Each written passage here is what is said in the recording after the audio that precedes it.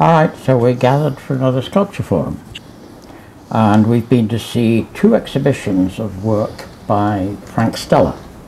One uptown at Yares Gallery and one downtown at Jeffrey Deitch. And I'm with the usual crew, Jock, Ireland, and Brandt, Junceau, and we're honoured to have with us on this occasion the distinguished critic, curator, historian and author Karen Wilkin. Thank you, Karen, for joining us. Thank you. And the shows have been filmed by, and our discussion will be edited and the whole thing put together by the amazing Rachael Bohlander. Thank you, Rachael. So, I don't know where to begin talking about these two exhibitions of work. I hesitate to use the word sculpture in relation to them, and I'll come to that maybe later, but perhaps someone else would like to jump in, because I'm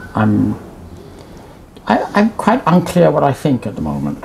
I mean, I have some thoughts, but I'm quite unclear what my general kind of take is. Karen, you've been to see the shows more than once. Well, multiple times. I have, for various reasons. And I'm a fan of Stella's. I've known him and his work for a very long time. And I'm always impressed by his fearlessness and his willingness to try anything, whatever new materials and new processes are going. When Stella was invited to do the Charles Eliot Norton lectures at Harvard in the 80s, which have been published as Working Space, he talks a lot about 17th century painting, and particularly about Caravaggio, and the way Caravaggio, in his perception, and I think it's accurate, is the first painter who is not treating the surface of the canvas as a transparent window through which you look at an enterable fiction about our world, but treating the surface of the canvas as this kind of indeterminate field from which things emerge. And I think that explains a lot of what he's been doing. I'm interested in what you said about sculpture, because for me, most of what Stella's been doing in 2.5 or 3 dimensions has been painting. And I'm not 100% sure how I'm thinking about these either, because they are so much about color and so much about painting ideas, but particularly the big ones, the large versions from the Scarlatti series, the 3 behemoths, Jeffrey Deitch, they are so fascinating to me as I move around them, because they change so much. And that's, for me, a very sculptural idea. Well, that's interesting. I was unaware of his interest in Caravaggio, and it makes sense what you say, Karen. Yeah. Brandt. I'm a skeptic. I mean, the issue for me is that I don't feel that they mean anything. They don't declare something. They don't establish a kind of either a reference or kind of a syntax and a vocabulary of their own, in which I find an idea or an emotion or a narrative. They seem not to have any of that at stake. And without that, I don't find them, formally intriguing. It seems to me that the first paintings, the black paintings, had this tremendous emotional presence. And that since then, he's worked, it seems to me, deliberately at unburdening his work of that. Successfully. To what end, I don't know. And for me, the titles are peculiar because they often seem suggestive. And I can't connect them to what he does. I think the titles are just identification. Although the Polish village titles came from a book about, I think, defunct Polish synagogues that he used those images as a kind of starting point. The Indian birds came out of it being invited to make art in India. And I mean, I find those... They're drawing instruments, aren't they? Aren't they drawing instruments, French curves and so forth? He sometimes will use drafting instruments. He does in the protractors and in some of the regular polygons. They're the kind of drafting instruments that are used for big engineering projects. But the Indian birds have very little of that. I mean, they started out when he was invited to work in Ahmedabad. At some major collectors there have invited other artists. Howard Hodgkin was there for quite a while. I think Rauschenberg has been there. And he made these maquettes out of essentially garbage. Discarded off-prints of metal that had been printed with the names of products that hadn't worked. So the maquettes are very patterned. The other thing that happened is that he thought he could find foam core in India, and he couldn't. So he was using this kind of curved metal, which he'd never used before. When he came back with this group of maquettes, they were then fabricated very large. And instead of the ready-made patterning he drew on them, and there was glitter and you name it. And they're a little bit like, the graffiti that was going on at the time. I mean, this is exactly the period in the 70s when you couldn't see out of a subway car. So they're kind of street-smart commentaries. And very beautiful. And I remember when I saw them for the first time as a rookie curator. I mean, I'd known Stella's work for quite a while. And I was just gobsmacked. I didn't know what I was looking at. I was somewhat horrified. And now they just look like these beautiful, high Baroque, what have you. And I think that's pretty much the way I'm looking at these as well. There's a lot of found materials in these stainless pieces as well. Yeah, he does that all the time. Yeah. The big Scarlatti pieces at Deitch, to me, look as though maybe they started out as stuff scooped up off the floor and crumpled up. I don't know. I get the feeling that some of them are generated in the computer. I think that's part of the process, but they may start with something more tangible. I don't know. I found it very difficult to relate to them. I think similarly to what you're saying, Brandt. And because they seem to be purely visual, as physical things, they didn't seem to have any relationship to gravity. They didn't seem to have any real engagement with the space that they occupied and moved through them, or didn't move through them, rather. So, they seem to exist, although they take up a lot of space, they didn't seem to engage with the space in a way that I could find myself, relating to. And the physical stuff, the material that they're made out of, it didn't seem to matter. It didn't seem to have a kind of bearing on what they were. And so I found myself having a hard time coming to terms with them at all, and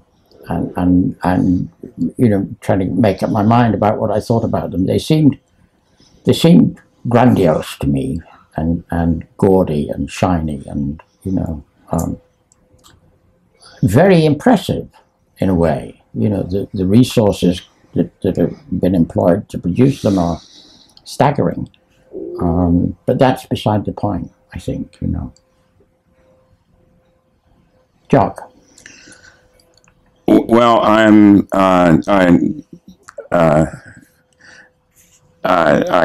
agree with you. to oversimplify, I agree with you and Brandt. I can't share Karen's enthusiasm, but Stella has been important to me. I remember as a teenager in college discovering him, and my discovery was I went to college thinking Rembrandt, Michelangelo were real artists, and Andy Warhol wasn't even worth thinking about, and even Picasso and Matisse were iffy. But I had a good art teacher and got introduced to Stella, and for a while I was copying Stella's black paintings, his protractor series, and but then I got bored, as a sort of understandably. But I got bored, and I moved on to sort of other contemporary artists, and in a way I was copying them. Yeah, and that opened up contemporary art to me, and that was wonderful. But I still think about what it was. What was it that attracted me to Stella? And I think of those black paintings as sort of shields, something that he certainly the teenage Jock could kind of hide behind.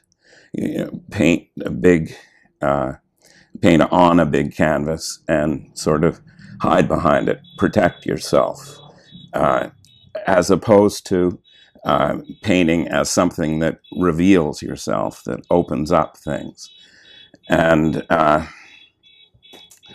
that's my problem with Stella. That I don't know who he is.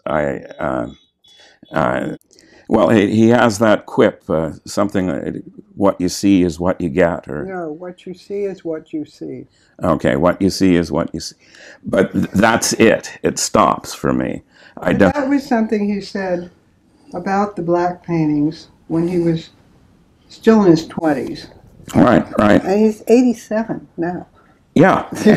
And where is that? Where are those 87 years of experience? I think you can see it. Right. But Karen, can you talk about that? About how it comes out? I mean, you know him. Yeah, I know him. I mean, I don't know him that well. I don't know. I've known him a long time, but I've never been close to him the way I was close to Anthony Caro, who was like family. But he has consistently interested me, and as I say, this constant experimentation. Well, what if I do this? And constantly trying whatever new technical possibilities are out there.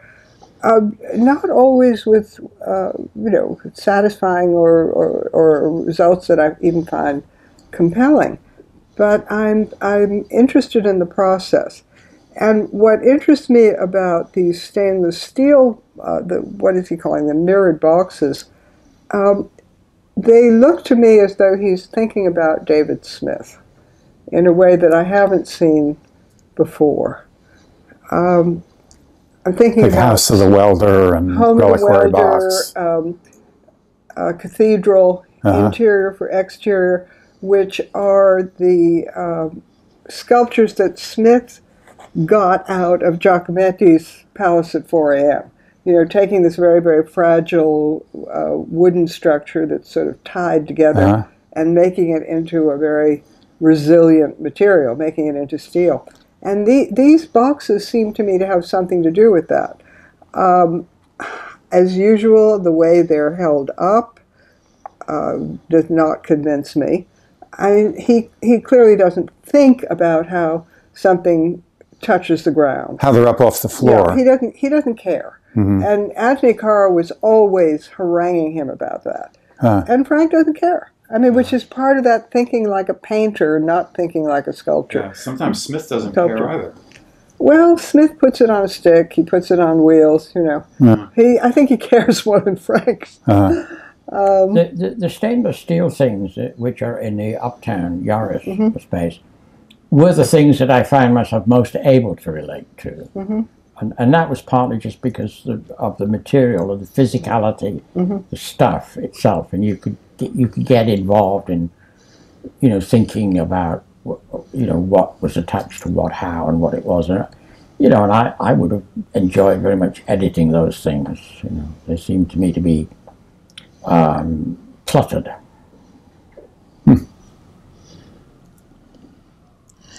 Yeah, cluttered and confused, and chaotic. Yeah, you know, but not to the point of it becoming, you know, a kind of thing in itself. I was thinking about the work that Robin Greenwood left behind, as being, you know, the epitome of something totally kind of cluttered, dense, impenetrable, and chaotic, on first impression anyway.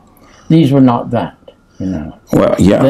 They seemed to claim to have some kind of order, but that was given largely by the way they were presented on a platform and contained within some semblance of a box.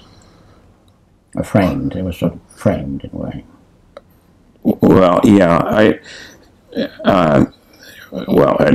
don't want to get into Robin Greenwood, but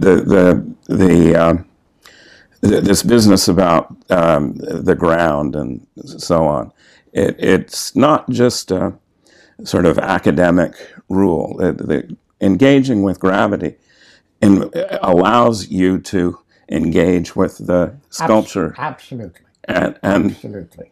And that's the, you know, why does he not care? Because he thinks like a painter. Well, he doesn't think like a sculptor. Well, and you know, you may not like what that produces, but it's not part of the way he thinks about what he's making. You can see that, which is why I was surprised at how interested I was by moving around the big Scarlatti pieces downtown, which were radically different as I moved around them. That is not part of his work as a rule, which is why they're usually better hung on the wall or suspended. Now, those apparently were supposed to be suspended, but it turned out they were to pull down the ceiling of the gallery, which was definitely not an option. So they're on those dumb, expedient wheels. You know, the thing about gravity, it's an entrance for us as human beings in the world that, you know, we live so essentially with it. But there's really a lot of sculpture that doesn't deal with the support. I mean, I think like Calder would be a really elegant example. And there's so much of the physical world that doesn't either. And that Motter film about Calder really brought that out. The light on waves and through leaves, and then, I mean, the life of birds in the air, which I think we also identify with. So for me, gravity wasn't an up or down thing. But I did find them curiously untactile, no matter how much material or how much volume is engaged. They seem, in a sense, I don't identify as a you know, a three-dimensional, weighty, living, mortal thing. I don't identify with their physicality. Yeah, I think you're right. I don't think they're about physicality. Something else. And I think that it may be why I find the small polychrome pieces very unsatisfying. They look like maquettes. The way they're supported seems overwrought. The two big ones that are downtown, which are on this bulkier versions of these trestles I find much more convincing. The trestles somehow become architecture. I find the smaller ones problematic. There were very small wall-mounted pieces from this, or very small, no bigger than the what are the Atlantic salmon rivers. The Scarlatti series, small wall-hung pieces were very delicate, very fragile, and worked at the small scale. I'm not convinced by these. But this airborne quality is certainly something he's going for. Yeah, it's funny that should work well off the wall. And I remember seeing pieces at Talix that were on some kind of, devil may care kind of palette, strutty kind of structure. Mm-hmm. And I didn't mind that at all. And it was interesting seeing those. I mean, they may have been intended for the wall, but seeing them sort of propped up as they were, I found compelling. And seeing, outdoor landscape space all the way around them.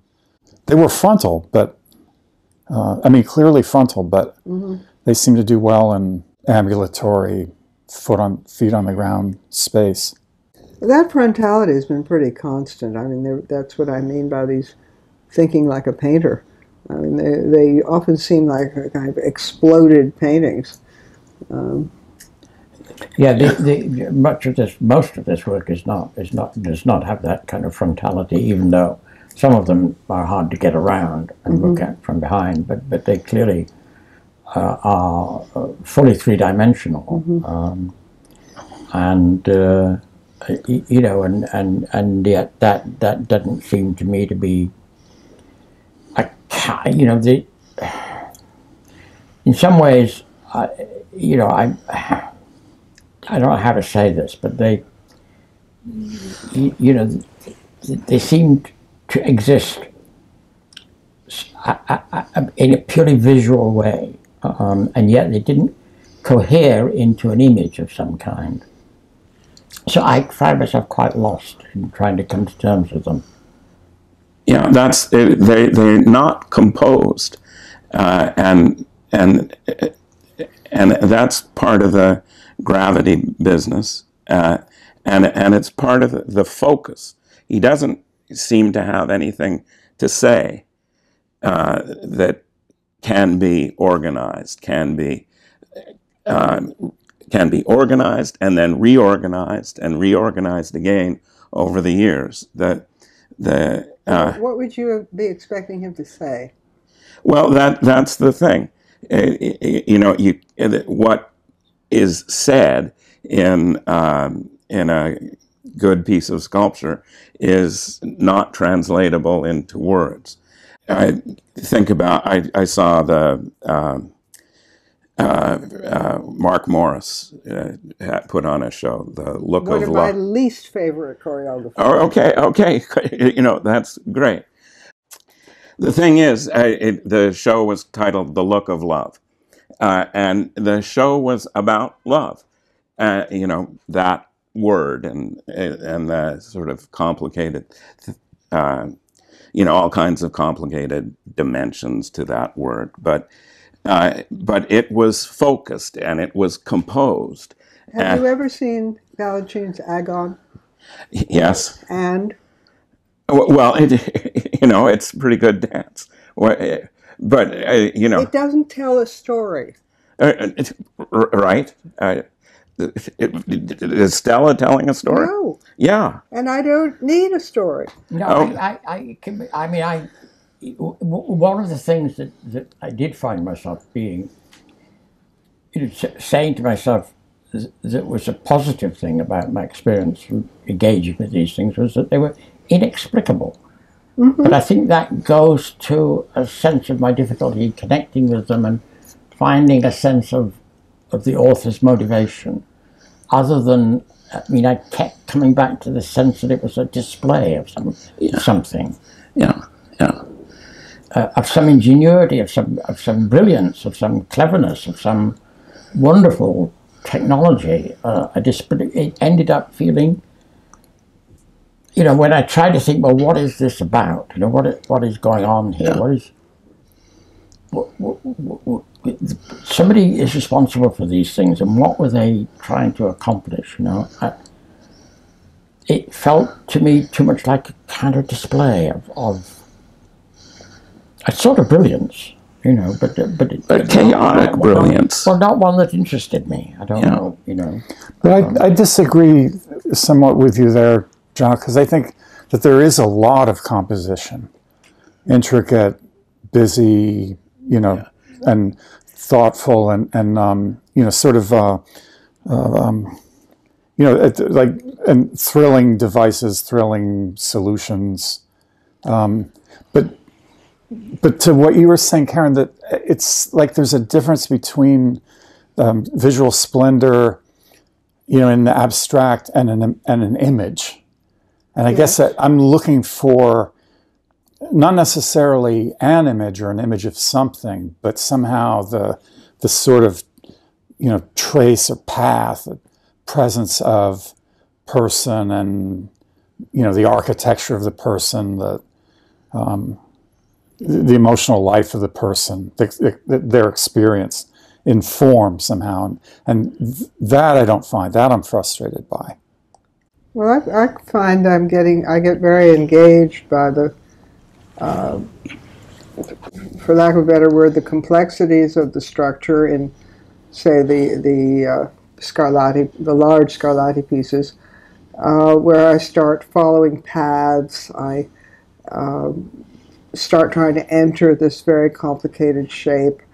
I get caught up in the color relationships, and you can get completely trapped in these spaces and then find a path out. So they for me, are very compelling. I can spend a lot of time looking at these, and as I say, the surprise of how different they are from different angles, which is, as I said before, not typical of Stella, where the work does tend to be quite frontal. The way the one that's closest to the front of the gallery gets very compressed from certain views and is quite transparent from the other view.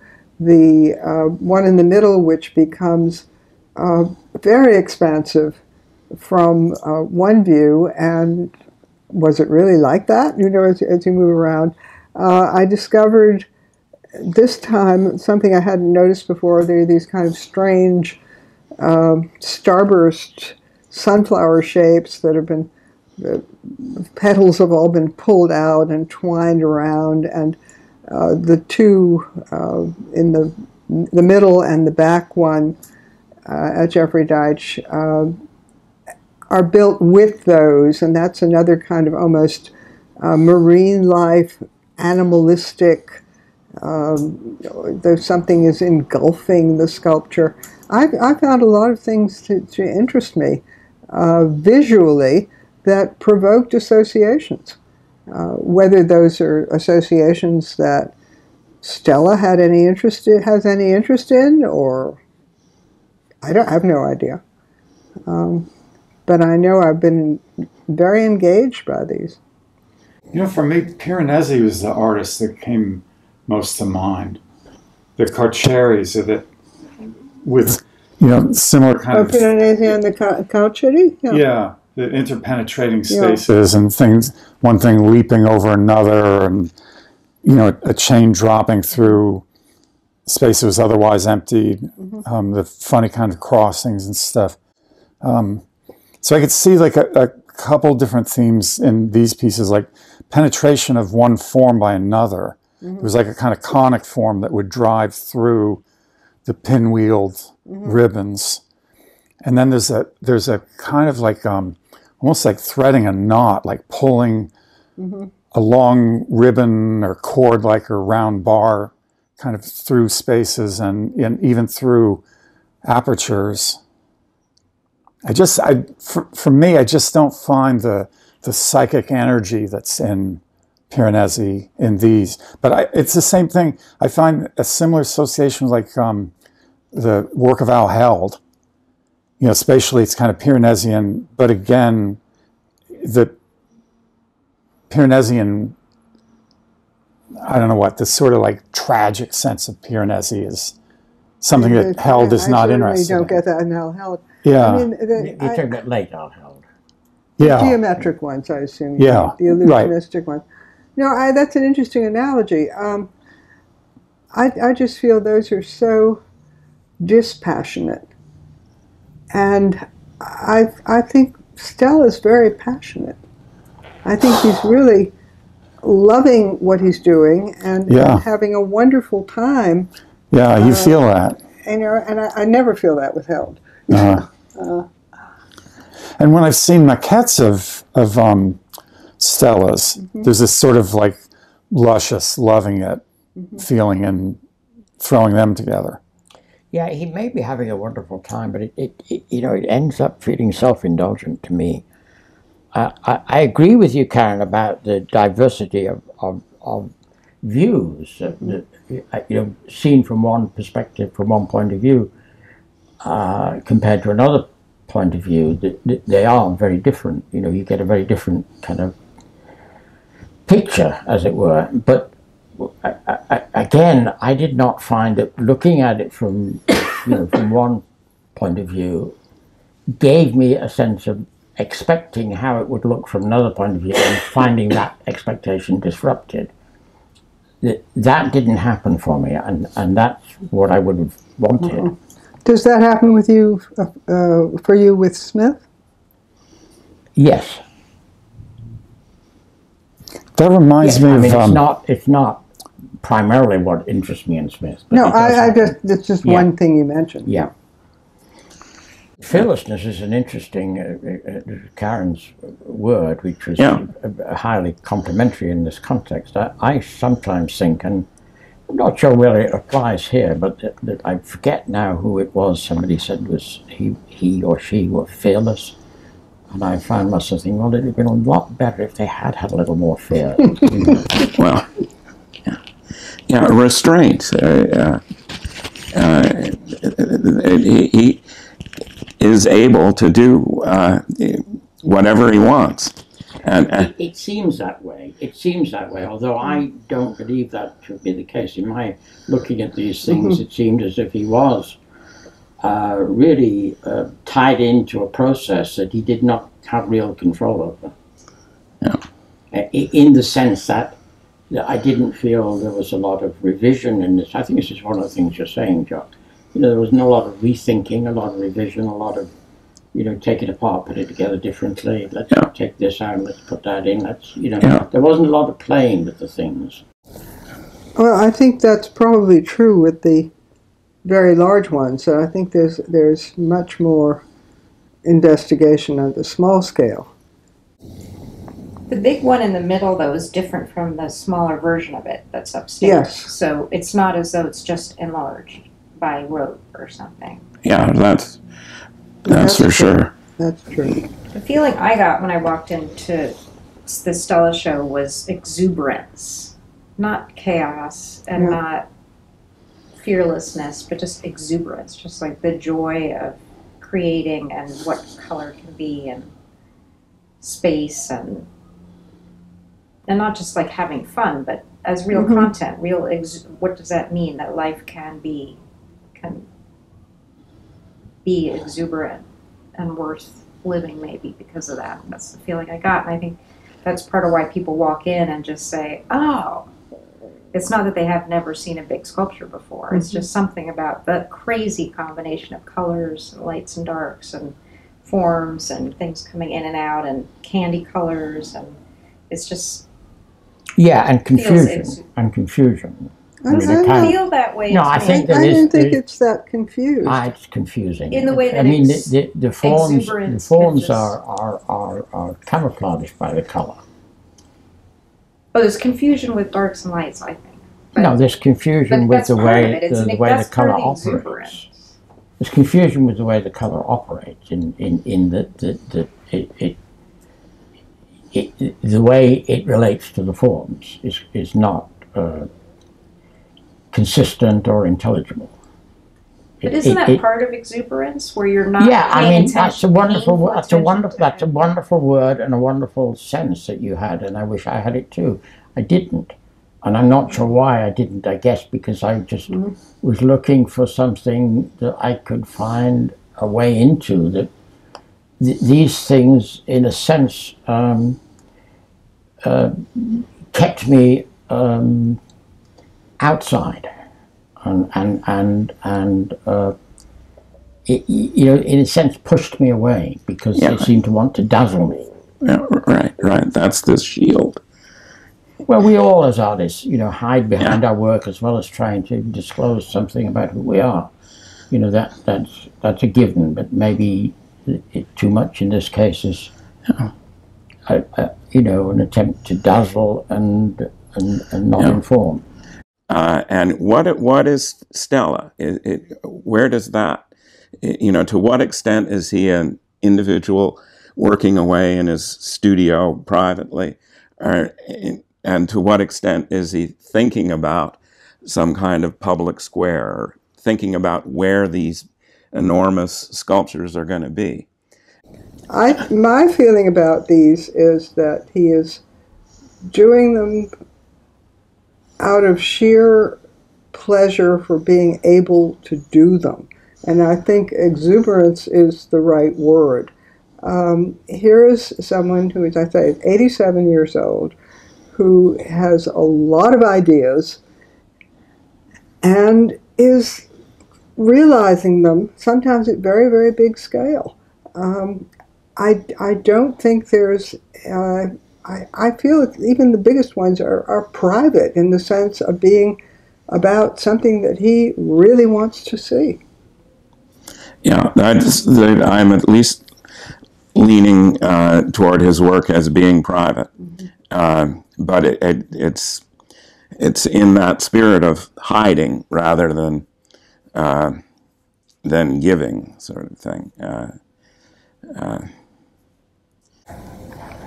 I do think having the smaller versions of the polychrome sculpture somehow confuses the issue. They look like maquettes. The way they're displayed on this two-tier structure, I have problems with. I have a feeling I'd be, you might be more receptive to the large ones if you hadn't seen this whole gang.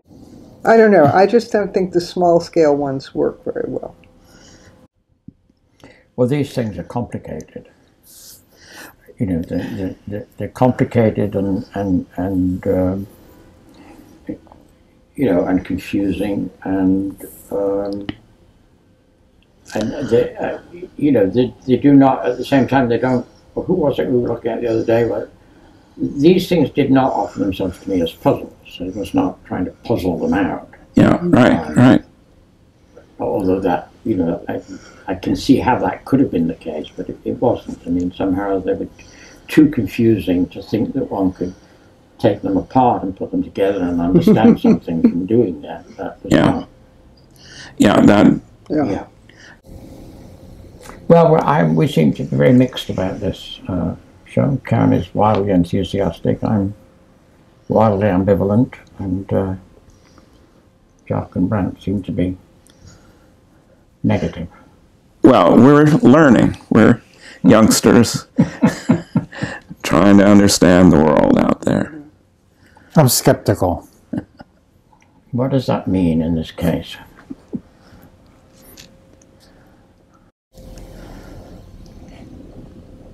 Although he has a light touch in many ways, and I think that your observation, Garth, that it's unmacho, and that you know, physically there's no impulse to impose and to loom over the viewer.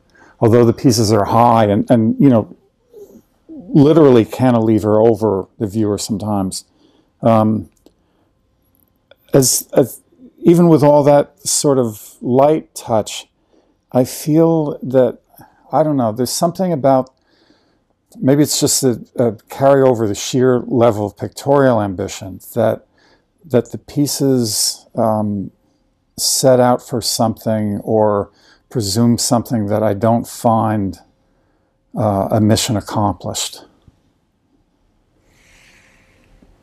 Yeah. You know, if you're to carry through the Caravaggio kind of matchup, Caravaggio has a lot of skin in the game. Yeah.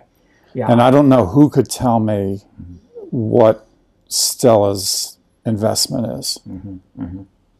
Yeah, and I must say, I think the whole idea of a three-dimensional painting is simply a kind of